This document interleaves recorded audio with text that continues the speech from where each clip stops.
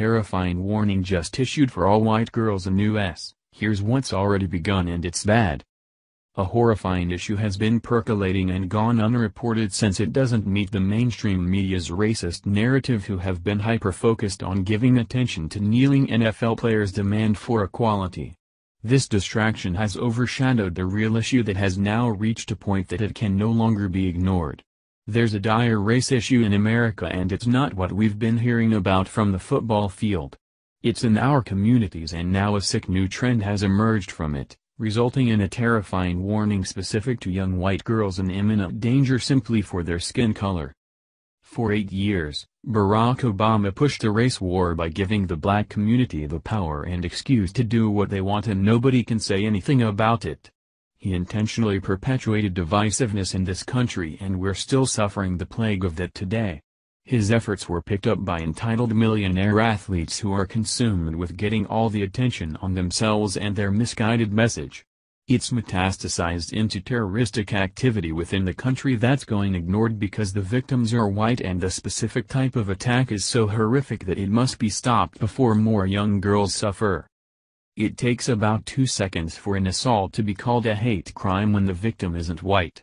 However, authorities are reluctant to call what happened in Queens, New York this week a hate crime, despite every indication that it was. The country should be outraged over this, but there will be no riots, professional athlete taking a knee to bring attention to it, or even calling it what it is, a black-on-white hate crime. Newsweek reports of the horrific trend that's begun and will continue as long people ignore it. For that reason, white girls in America have been warned.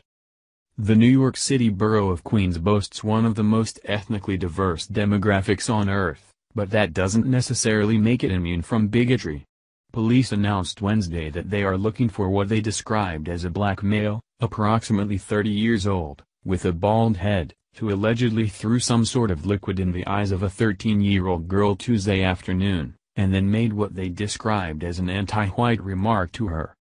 "This is for you, white B.H., the man allegedly said to the teenager. The victim, who was returning from school, had just stepped off of a public bus in the Richmond Hill neighborhood of Queens.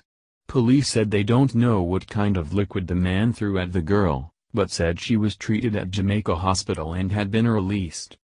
Making this incident worse is that the suspect is still on the loose and could throw acid at another innocent white B.H. Authorities aren't clear how many other times he has done this to teens, or if it was an isolated incident. What's for certain is that the reporting on this attack is biased and totally different than if the races were switched. Newsweek was sure to point out that anti-white hate crimes make up a small but not insignificant percentage of hate crimes on the national level. This was said as if to excuse the horrific nature of this assault and bring the attention back on the black community being the large target of hate crimes in America. According to 2015 FBI hate crime statistics, which are the latest available, roughly 18% of crimes motivated by race, ethnicity or ancestry bias singled out white people specifically, a little less than double the number of crimes that targeted Latino or Hispanic people by comparison. Hate crimes targeting black or African American people made up more than 50% of the total, Newsweek reported, rather than pointing out that the problem of black-on-white crime is on the rise, thanks to the two-race war our previous president pushed.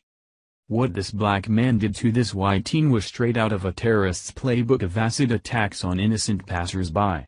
There's been a plague of these same assaults in the Sharia swamp that Europe has become after an influx of refugees.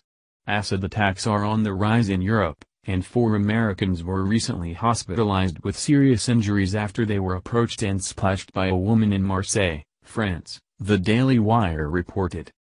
Now this is here and the victims are the same, but the assailants are different, similarly motivated. The mainstream media still wants to diminish the nature of this attack and makes excuses for it. The more they cover what happened with past statistics, the more they perpetuate these attacks, which will continue because they can get away with it. The war on whites in this country continues unabated. Thank you for watching this video. What do you think about this? Share this on Facebook and Twitter along with your comments.